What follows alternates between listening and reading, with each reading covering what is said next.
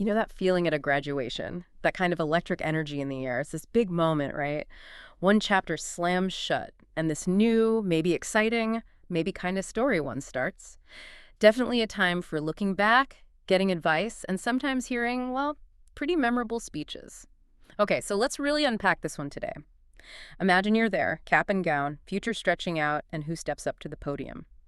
The President of the United States. That's exactly the scene we're diving into. Former President Donald Trump speaking to the Liberty University class of 2017. And the context here is, well, it's pretty fascinating. This was May 2017, so just a few months into his presidency. It was actually his first commencement address as president. Oh, wow. First one. Yeah.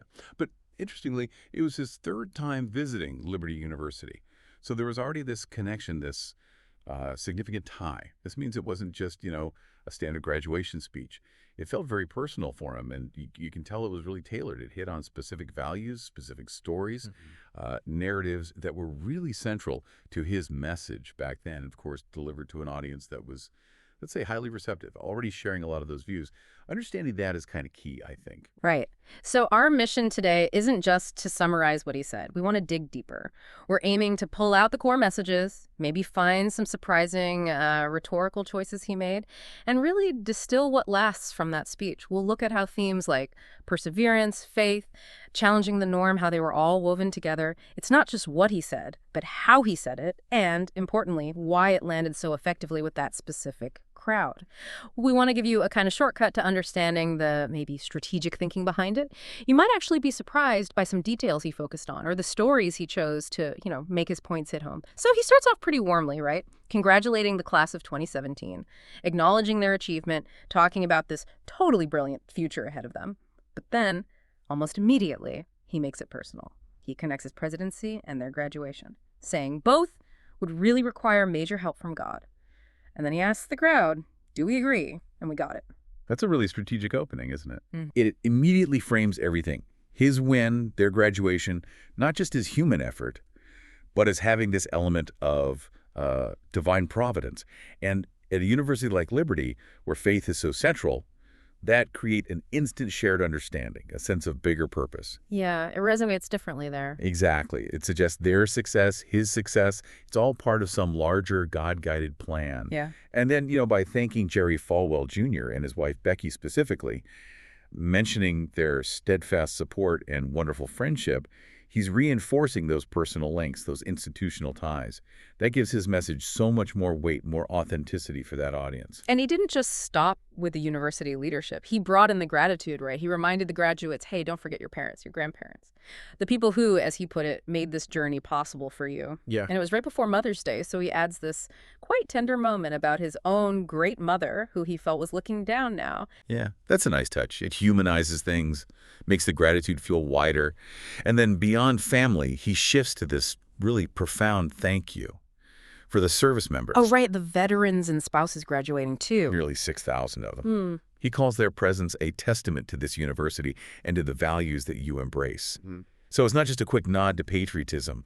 It directly links their achievement to the university's commitment to service, to sacrifice, and ties it all back to God's precious gift of freedom. It really elevates their graduation beyond just personal success. That is a powerful way to set the tone. Okay, but then he shifts gears, doesn't he? He brings in that core philosophy he's so known for, never, ever give up. What's the deeper layer there for these grads? Well, it's definitely more than just a slogan for him. It's like a bedrock principle in his whole public story. That triple ever, never, ever, ever came easy. It's almost like this absolute rule he's laying down. Yeah. Perseverance isn't just nice. It's the only way to get anything truly meaningful done. And he frames their lives as this adventure, asking them, what imprint will you leave in the sands of history? So thinking big picture, legacy. Exactly. Not just a job, but a mark. Will you take risks? Will you dare to defy expectations? Will you challenge accepted wisdom and take on established systems? Or just go along with things? Because it's easier. Because it was the easy way. Yeah, it's a really potent call to action. Taps into that American ideal of individualism, of challenging things. Perfect for grads wanting to make a difference. So it's not just about toughing it out. It's about actively choosing the harder, maybe more disruptive path. He basically says conformity is settling. Real impact comes from being, a challenger. He actually says the future belongs to the dreamers, not to the critics. and tells him to treat impossible as just motivation, to almost relish being an outsider because it's the outsiders who change the world. Precisely. That's a core theme.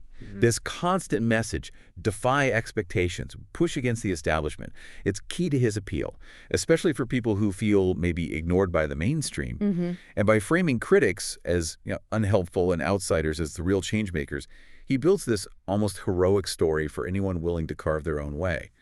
And what's really interesting is how he connects that disruptive drive to personal fulfillment. He urges them, do what you love, because if you don't, you most likely won't be very successful at it. Ah, linking passion to impact. Yeah, it ties your personal conviction, your passion, especially if it aligns with your faith, in this context directly to the kind of success that actually matters, the kind that changes things. It implies that following your heart is the most effective path. Okay, so this fierce independence, this drive to challenge, it leads pretty naturally to another huge part of the speech, right? Faith. The role of faith in that American spirit he's talking about. He makes their incredibly direct statement, quote, "In America, we don't worship government, we worship God." Okay. What's the strategy behind drawing that line so clearly, especially there? Is it maybe a critique of secular trends? Oh, absolutely. And it's critical for this audience. By setting up that stark contrast, government versus God hing, he's doing a few things. He's framing faith not just as personal, but as the nation's core identity. Right. And positioning government as, well, maybe secondary or even potentially oppositional to that identity. And this message, it's deeply woven into the specific American story he tells, one that, quote, began with deep faith, big dreams, and humble beginnings. He pulls out examples. The Pilgrims praying when they landed. Okay. The founders invoking our Creator 4 times in the Declaration. He points to officials using the Bible, in God we trust, on money, one nation under God in the pledge. Listing the evidence, so to speak. Exactly. They aren't just facts.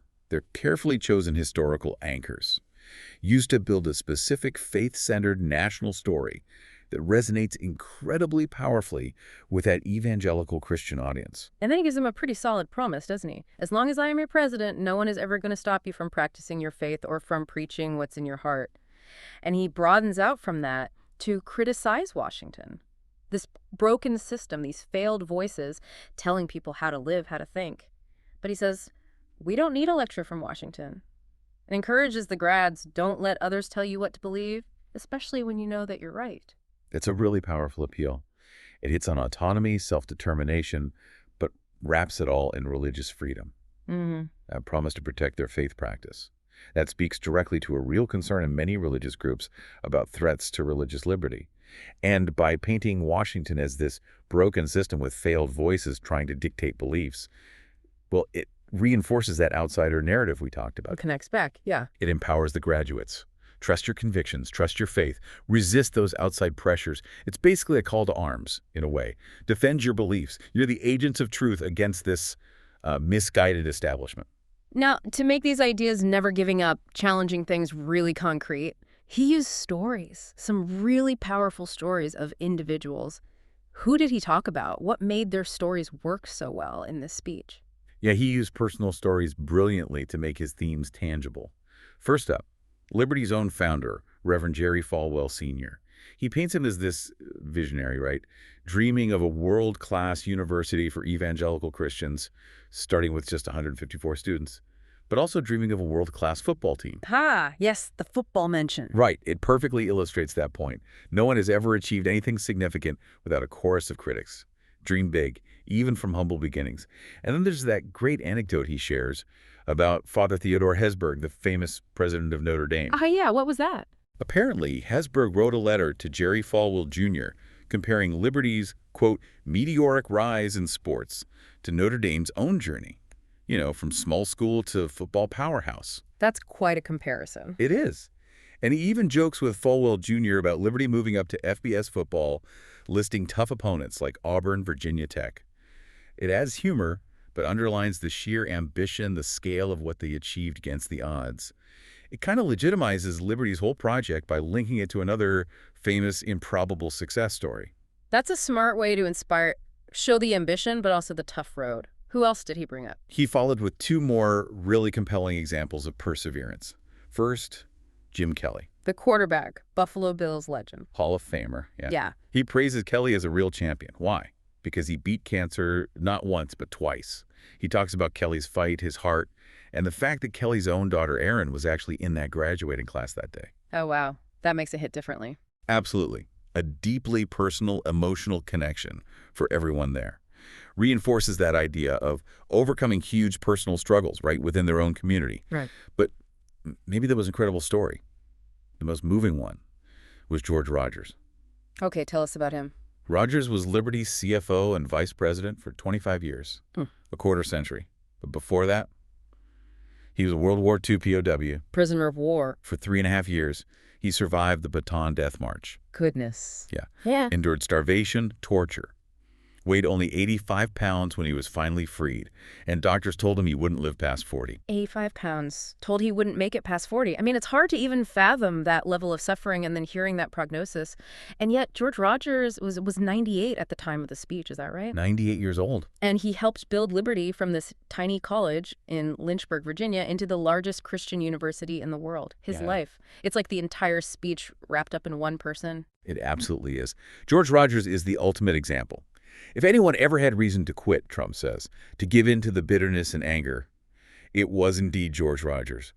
But that's not what he did. Wow. His story is just pure testimony, unwavering faith, unbelievable resilience. He didn't just survive, right? He kept his faith. He rebuilt his entire life, became a key figure, a steward for this huge institution, lived almost 60 years longer than predicted, became the symbol of optimism and pride. Yeah. Right there at Liberty. It's just an incredibly tangible, almost mythical example of how that never-give-up mindset, powered by faith, can lead not just to surviving, but to thriving and contributing massively. It's unforgettable, meant to inspire those grads facing their own, comparatively smaller challenge. And it's exactly that spirit, the George Rogers kind of spirit, that the president then connects directly to the graduates themselves, to their futures. He sort of brings it all home, telling them, it falls on the shoulders of each of you here today to protect the freedom that patriots like George earned with incredible sacrifice. He casts them as the next generation of American leaders, and even says he's proud of having helped you along recently. Yeah, it's like he's handing over the responsibility, isn't it, passing the torch. He says they're equipped now. They have the tools from your time right here to make the right calls, to serve God, family, and country. The trifecta. Exactly. He sees them not just doing well for themselves, but becoming leaders, stewards of great institutions, defenders of liberty, people who will rebuild our nation, be great family members. So this call to action, it's deeply tied into those themes of faith, perseverance. It implies their success isn't just personal, it's linked to this duty to uphold certain values, contribute to this shared American vision. And the speech wraps up with this really striking unity message. He says, whether we are brown, black, or white, we all bleed the same red blood of patriots. We all salute the same great American flag, and we are all made by the same almighty God. Aye. That feels like a powerful moment, especially after focusing so much on the outsider idea. It is a powerful moment, a strong, unifying, emotional beat right at the end. Even with all the earlier talk about defying systems, about the unique identity of that audience, this statement aims to bridge those divides. It focuses on what's shared: biology, nationality, spirituality, things that cut across differences. Bringing it back together. Right. It reminds everyone that despite different backgrounds, there's this shared American and spiritual identity being presented as the ultimate unifier. And the final promise is optimistic. As long as America remains true to its values, loyal to its citizens, and devoted to its creator, then our best days are yet to come. It's an aspirational send-off, reinforces faith, patriotism, belief in a better future, all under God's guidance. Then he finishes with blessings for the class, the U.S., the audience, leaves them feeling purposeful, maybe even divinely favored. So pulling it all together then, what does this deep dive show us? From that personal narrative about defying odds to these huge, epic stories of perseverance like Jim Kelly, like George Rogers, this speech really paints a clear picture of a specific worldview, doesn't it? It's a strong call for individual grit, determination. It's a full embrace of faith in the public square. And it's a direct challenge to systems seen as broken. It really is a masterclass in connecting with a particular audience, mixing personal stories, national identity, and this deep sense of shared purpose, shared destiny even. Yeah, looking at the bigger picture, it's just a textbook example of really effective motivational speaking. It carefully weaves personal bits, historical references, this hopeful vision for the future, but all seen through that specific lens of unwavering faith and resilience. It definitely makes you think critically about how leaders inspire people, what kind of themes hit home so deeply, especially at those big transition moments. Like graduation. Exactly. When you're addressing graduates ready to head out on their own adventures, this speech didn't just give advice, it offered a whole framework, really. A powerful way to think about their lives, their place in the world. It's about getting past the what was said to the why it worked, why it was constructed that way, to move and empower that audience. So as you think about this deep dive, maybe consider this. If, as the speech suggests, the future belongs to dreamers, not to critics, and if it's the outsiders who change the world, what established idea, what current system maybe, are you feeling called to question or even defy in your own life? And thinking about George Rogers, Jim Kelly, what story of perseverance, your own or one that inspires you, will you be ready to share when it's your turn to lift others up? Thanks for joining us for another deep dive.